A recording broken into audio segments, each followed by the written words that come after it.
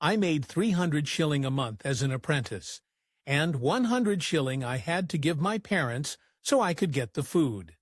In 1997, 2 babies were born in California, just 5 days apart. Both had the same father. Only one was supposed to exist. For 14 years, Arnold Schwarzenegger kept this explosive secret, while his housekeeper brought the child to his house every day. The boy grew bigger, stronger, and started looking exactly like him. Nobody said anything for 14 years, until that moment in therapy when Arnold finally said yes. The family never recovered from those 3 letters. Arnold Schwarzenegger was born in 1947 in a small village in post-war Austria. His father, Gustav, was the local police chief, a strict, heavy-handed man shaped by the horrors of World War II. Gustav had survived being buried alive in rubble for 3 days, but he didn't leave that trauma behind. He brought it home. Arnold grew up in a house ruled by fear. His father would make him and his older brother Meinhard compete for affection. Even picking flowers for their mother turned into a test. And when Gustav drank, it got worse. Screaming, beatings. The kind of violence, Arnold said, left broken men all over the country. In Austria, this wasn't rare. It was the norm. But Arnold didn't want to survive that world. He wanted to escape it. He wanted to become somebody. He didn't just dream his way out, he worked. At just 4 years old, Arnold was forced to earn his breakfast by doing 200 sit-ups and push-ups every single day. His father made sure there were no easy mornings. Rain or snow, there was no skipping. After that came football training and schoolwork. 10-page reports, every mistake corrected in red. If a word was spelled wrong, they had to rewrite it 50 times. Gustav believed pressure built character. Arnold didn't break under it, but his brother Meinhard did. Meinhard was the sensitive one. Creative, quiet, smart. But where Arnold fought to get out, Meinhard turned inward. He drank, a lot. And in 1971, at just 24 years old, Meinhard died in a drunk driving crash. He hit a telephone pole in Kitzbühel. Arnold, who was already in America chasing his dreams, didn't attend the funeral. Many didn't understand why. But Arnold later said it plainly. The same thing that made me who I am destroyed him. A year after Meinhard's death, their father died too. Arnold carried the scars, but he refused to let them define him. At age 14, something changed. Arnold was playing football, as usual, when his coach brought the team to a local gym near Thaler Sea Lake. That's where Arnold saw it. Men lifting weights, sculpting their bodies into pure muscle. He was hooked instantly. Football was over. Iron had taken over his life. By 15, he was training 6 days a week, while most were barely doing 3. He read every magazine he could find, watched every movie with bodybuilders. By 18, he won Junior Mr. Europe. And at 20, he became the youngest Mr. Universe ever. He hadn't just found a new sport, he'd found his way out. But the story wasn't all inspiration. In the background, there was a secret, one Arnold couldn't ignore. His father, Gustav, had joined the Nazi Party in 1938. He was accepted officially in 1941.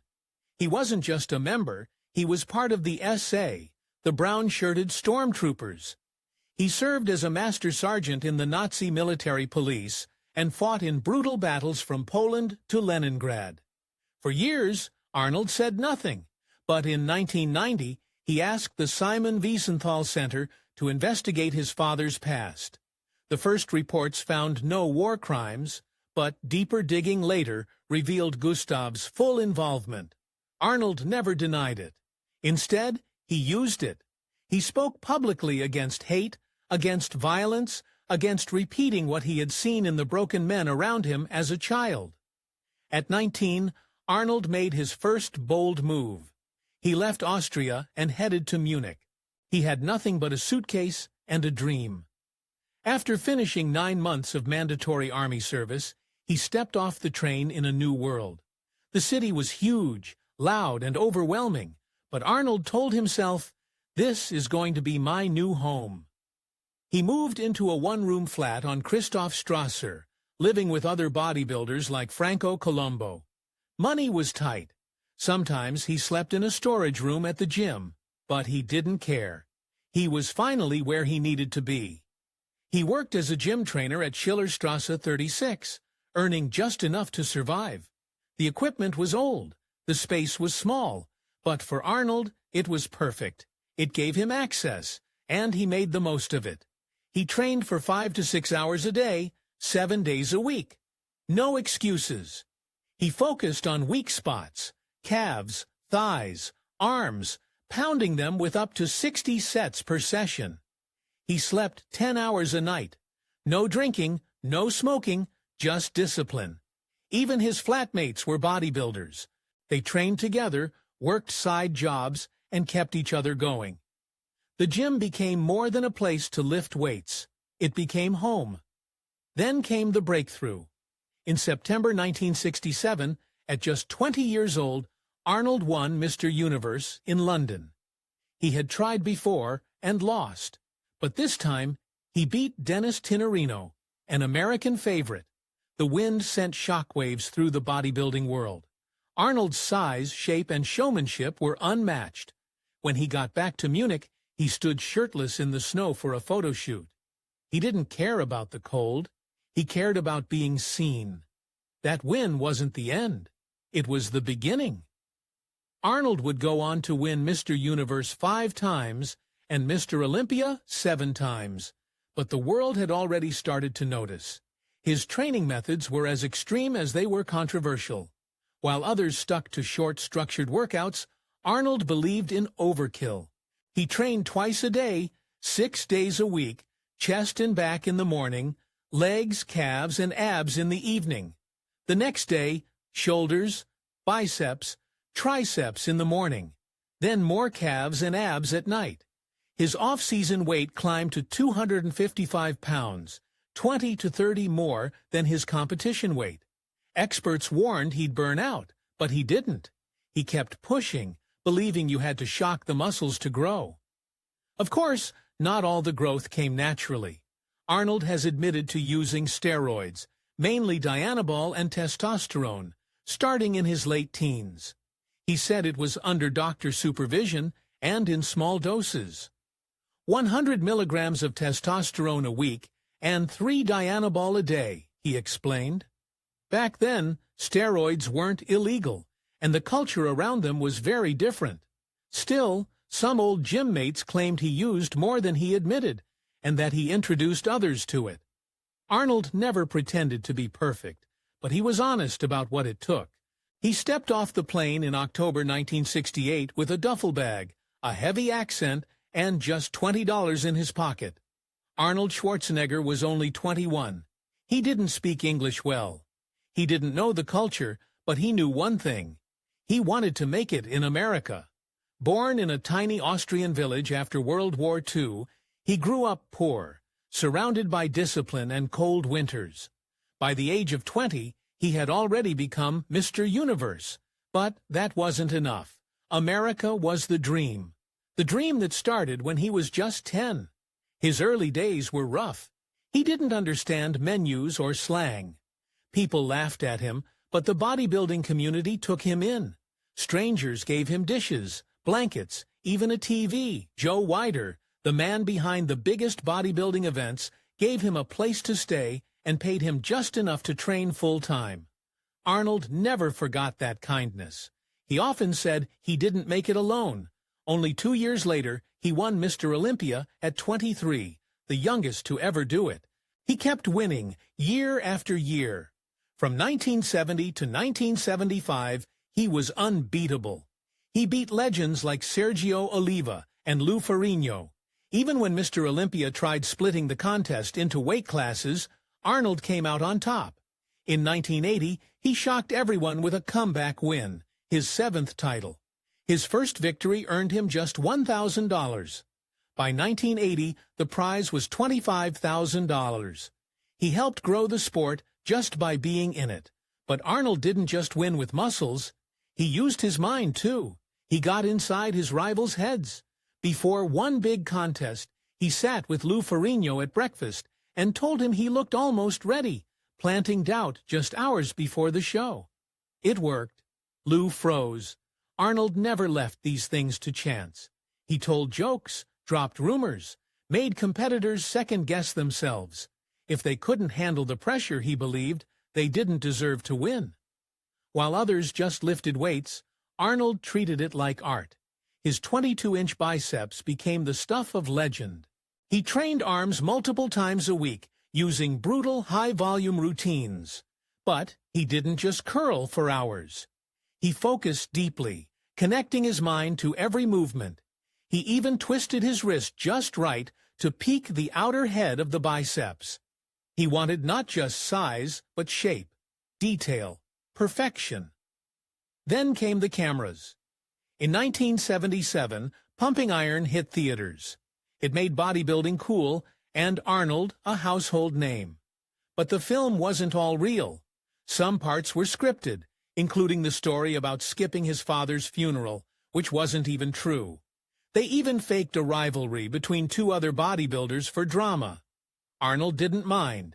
He played the villain, the calculating champion. He leaned into it, it got people talking, and it worked. But when he tried to break into acting, Hollywood laughed at him. They hated his accent. They mocked his name. One executive even called him Schnitzel.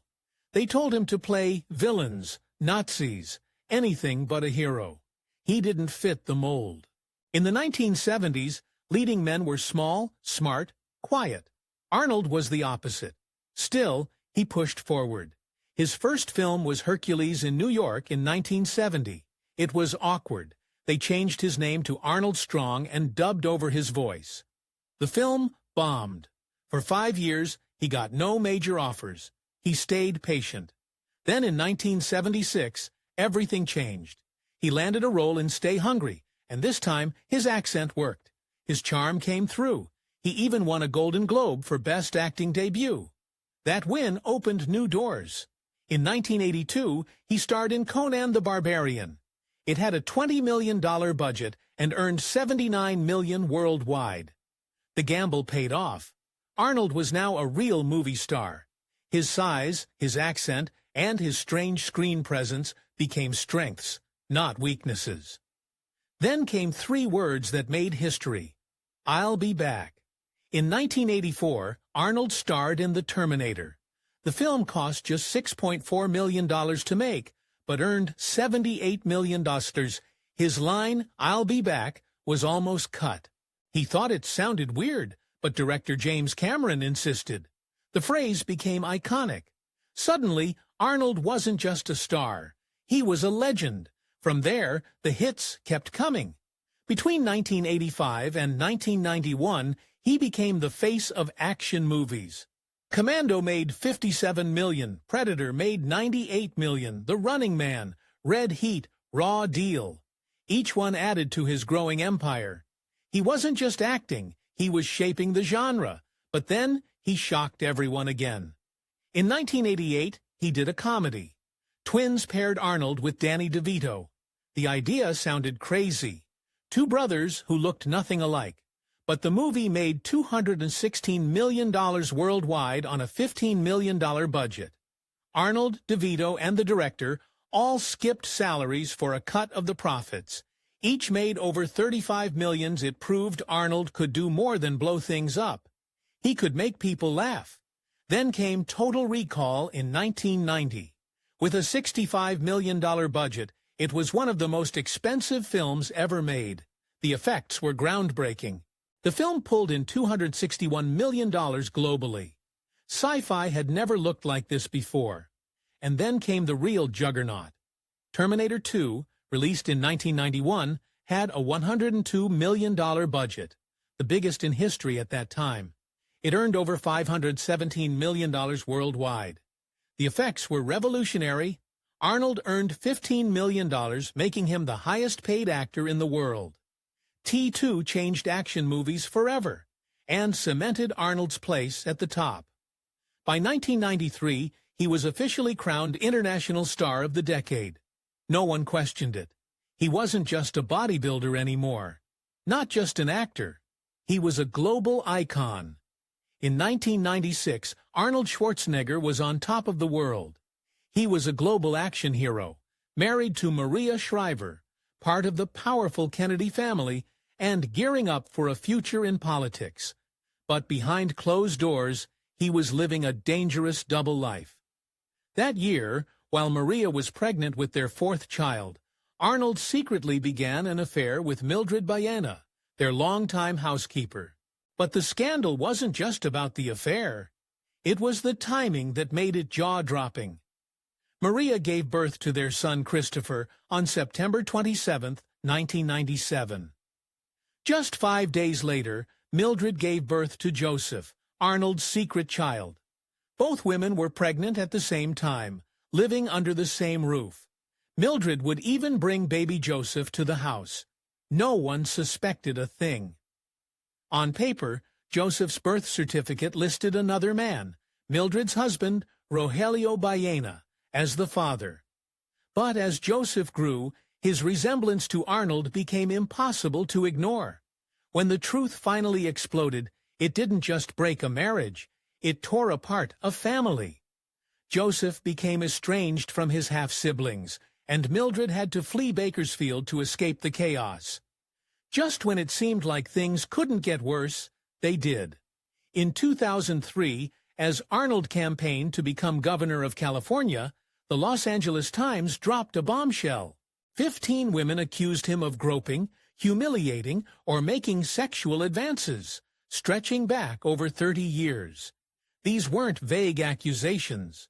One woman said he pulled her onto his lap and made lewd comments. Another said he forcibly removed her swimsuit in an elevator. Others described being groped on film sets. The media dubbed it Gropegate. But instead of derailing his campaign, Arnold powered through. Despite the scandal, he won the election with nearly 49% of the vote. He called the claims made up. But years later, he confessed in a Netflix documentary, "Forget all the excuses. It was wrong." His behavior off-screen only added fuel to the fire. In a 2003 interview with Esquire, he made remarks that shocked even longtime fans. He said, "When you see a blonde with great tits and a great ass, you say she must be stupid." He went on to say that sometimes they were smart, but the damage was done. Women's rights groups were outraged. Protesters filled the streets. Critics accused him not only of sexual misconduct, but of deeply ingrained sexism. His defenders claimed it was all part of his macho image, but the evidence kept piling up. And it wasn't just words. One of the most disturbing stories came from Carla Barron, a stand-in on the set of Twins in 1988. She said Arnold and another man sandwiched her. And then Arnold, after smoking a cigar, shoved his tongue into her mouth. She described it as an ashtray of human flesh. She slapped him and told him never to do it again. He apologized, but she knew she couldn't fight him, not in an industry that protected its stars. Her account, backed by others on the set, became one of the most graphic examples of the culture of silence around powerful men in Hollywood. Despite all this, Arnold pulled off one of the most unlikely victories in political history. On October 7, 2003, he won the recall election to become governor of California. Over 4.2 million people voted for him. Critics accused him not only of sexual misconduct, but of deeply ingrained sexism. His defenders claimed it was all part of his macho image, but the evidence kept piling up. And it wasn't just words. One of the most disturbing stories came from Carla Barron, a stand-in on the set of Twins in 1980. That included 43% of women voters, an astonishing figure considering the timing of the allegations. He even gained support from Hispanic voters and 18% of Democrats. The numbers were stunning. The election itself was surreal, with campaign buses named after his movies like Total Recall and Running Man. Gray Davis was out and Arnold was in. he became only the second foreign-born governor in California's history. Once in office, Arnold didn't tone it down. In 2004, when Democrats resisted his budget plan, he mocked them in public. "They are girly men," he said, echoing a Saturday Night Live skit. The line got cheers from his base, but fury from the opposition. Critics called it sexist and homophobic. State Senator Sheila Quayle labeled it blatant homophobia, and others accused him of dragging political discourse into the gutter. Arnold didn't back down. His spokesperson made it clear. There would be no apology. His macho image had become a political weapon, and he used it often. But then came the unexpected twist. Despite his tough guy persona, Arnold began pushing progressive policies. In 2007, he proposed a $12 billion universal health care plan that aimed to cover all 6.5 million uninsured Californians, including undocumented immigrants. He called it a shared responsibility plan. Individuals had to buy insurance. Employers had to help pay. Insurers had to offer fair plans. And people got discounts for staying healthy. Conservatives were furious. Liberals were stunned. He also went all in on climate change. In 2006, he backed the Global Warming Solutions Act, which put California ahead of the entire country in cutting emissions. It earned him praise from environmental groups and scorn from the Republican base. He had become a political wild card, a conservative who pushed liberal reforms. But his bold promises came at a steep price. When he took office, California had $34 billion in debt. By the time he left, it had ballooned to $91 billion. That's a $57 billion increase. His early move to slash the vehicle license fee cost billions in lost revenue. Then came the borrowing, $15 billion in deficit bonds, plus another $37 billion for infrastructure. Then came the 2008 financial crisis. Tax revenues collapsed. Jobs vanished. The budget crumbled. Even with spending cuts and furloughs, Arnold couldn't stop the bleeding. By the end, every Californian owed $2,262 in state debt, more than double what they owed when he took office. Interest payments ate up more than 7% of the state's budget. Education, health care, and social services all took hits. Arnold's promise to terminate California's financial problems ended in disaster. The numbers told the final story. By 2010, his approval rating had crashed to just 23%. That was lower than the recalled governor he replaced. A 2009 poll put him at 28%. Only Gray Davis had done worse. People were frustrated. The budget was a mess. The promises felt broken. Conservatives said he betrayed them. Liberals said he was all talk. Everyone was fed up. The state legislature was just as unpopular. 17% approval. California was stuck. Arnold had come in with star power, swagger, and dreams of reform. He left with a broken budget, a fractured legacy, and a public that had moved on. On January 4, 2011, just one day after Arnold Schwarzenegger left office as California's governor, everything changed. He and his wife, Maria Schreiber, sat down for a couples counseling session. But this wasn't just about working through problems, it was an ambush. The therapist turned to Arnold and said, "Maria wants to know, did you father a child with the housekeeper Mildred?" Arnold froze. Then, after years of denial and hiding, he answered, "It's true." The truth hit like a bomb. Joseph Baena, the boy in question, had been born in 1997, just 5 days after Maria gave birth to their youngest son, Christopher. For years, Arnold had believed, or tried to believe, that Mildred's husband was the father. But Joseph looked more and more like Arnold with each passing year. Maria had suspected it for a long time. She even confronted Mildred before finally asking the question in that room. That moment didn't just break the marriage. It exposed a secret that had been buried for 14 years and shattered a family the public once saw as royalty. Arnold would later describe the moment in haunting terms. He said it felt like his heart stopped. "I told the truth," he admitted, "and I knew everything would collapse after that." Maria didn't scream. She didn't cry. But the damage was instant. That one sentence, "Yes, Joseph is my son," undid 25 years of marriage. The betrayal stung even more because of the timing. Joseph was born in October 1997. Christopher, Maria's youngest child with Arnold, was born just 5 days earlier. The affair had happened in 1996 while Maria and the kids were away, and Arnold was filming Batman and Robin. Not long after the confession, Maria packed up and left. She filed for divorce within months. Arnold would later say, "I caused pain, deep pain, for Maria, for the kids, for Joseph, for his mother, everyone. This was a total failure, not just in marriage, but in life." Joseph, at just 13 years old, learned the truth not from his father, but from the media. The headlines exploded in 2011. News vans camped outside his home in Bakersfield. Cameras waited to catch a glimpse of the boy who had just become international tabloid material. His mother, Mildred, pulled him out of school and told him, "We have to leave. Everyone knows now." He was in 8th grade, barely a teenager, still figuring out who he was. And now the world knew something about him he hadn't even fully grasped himself. They fled to Texas to escape the chaos. Joseph would later say, "It all changed overnight.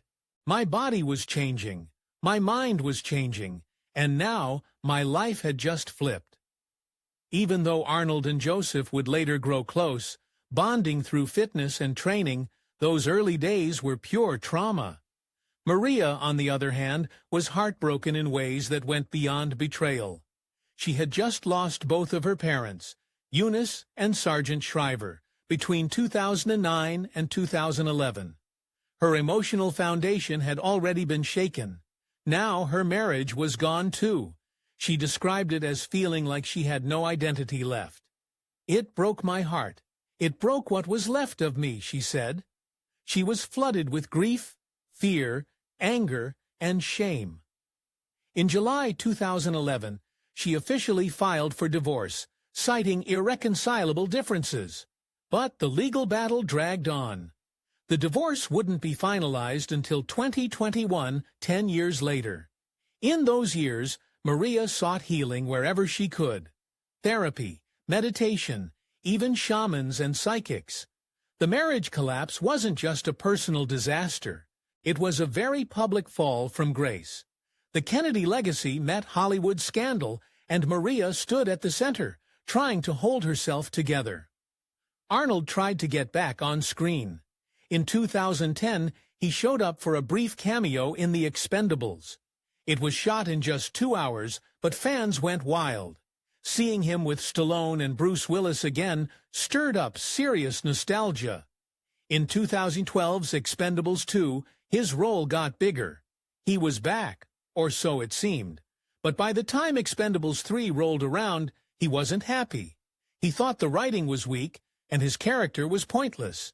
He walked away from the 4th film. His comeback didn't have the punch he hoped for. It turns out audiences had moved on. The action hero of the 80s was now in his 60s, and while fans respected him, the world had changed.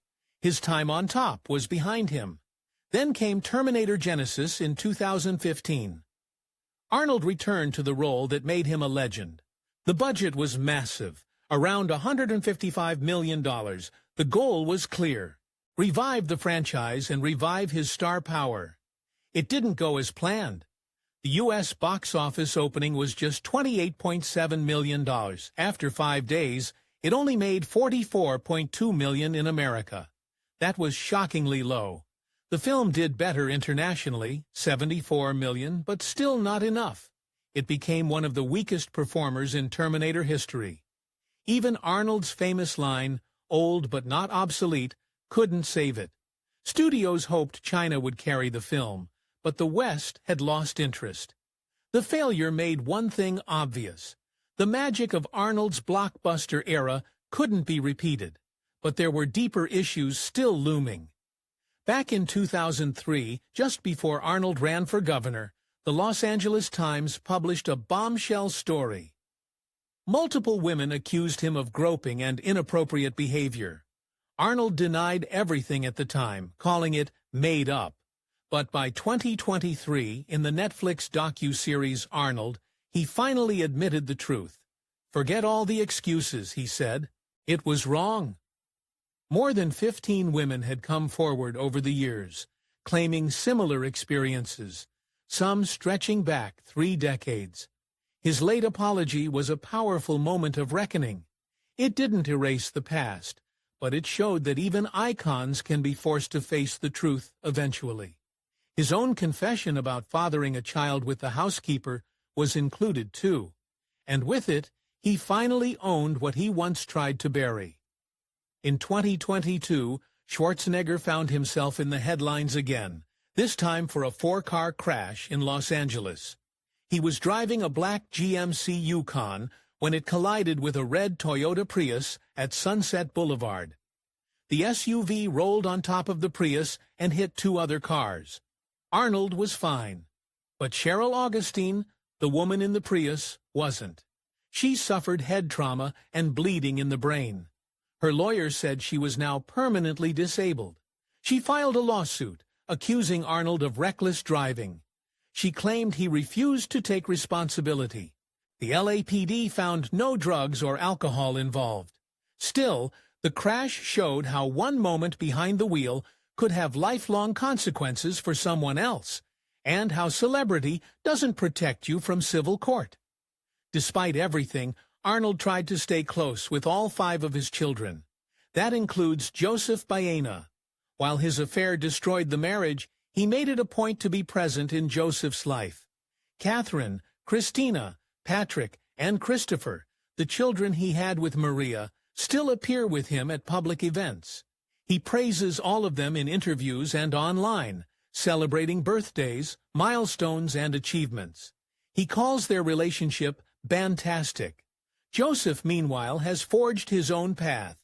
He's acted in small films, competed on Dancing with the Stars in 2022, and even landed the cover of Men's Health. He also works as a real estate agent and has completed a triathlon. Joseph looks and moves like his father, but he's determined to build a name for himself, on his own terms. But one thing hasn't healed: the distance between Joseph and his half-siblings. Despite sharing the same father and being born just 5 days apart, Joseph has no real relationship with Catherine, Christina, Patrick, or Christopher. He wasn't invited to Catherine's wedding. He likes their posts online, but they don't engage back. It's subtle, but loud. To them, he's still a symbol of betrayal, and to Joseph, that silence speaks volumes. He and his mother were forced to leave their home when the news broke. He grew up knowing he was part of something shameful, something never meant to be public. Even as Arnold tries to unite them, the emotional scars run deep. Joseph is the visible reminder of a secret that blew up a family. Arnold has said again and again that this, more than any film, any political failure, any business deal, is his greatest regret. He calls it the biggest failure of his life. "You can't blame anyone else," he said. "I did this, and everyone suffered." He's apologized to Maria, to the kids, and to the women who accused him of misconduct. He's tried to be better, but the cost has already been paid. He says he never wants Joseph to feel unwanted because of his mistake. That may be the most honest thing Arnold has ever said. Because while his muscles, movies, and fame made him larger than life, it was his failures that finally made him human.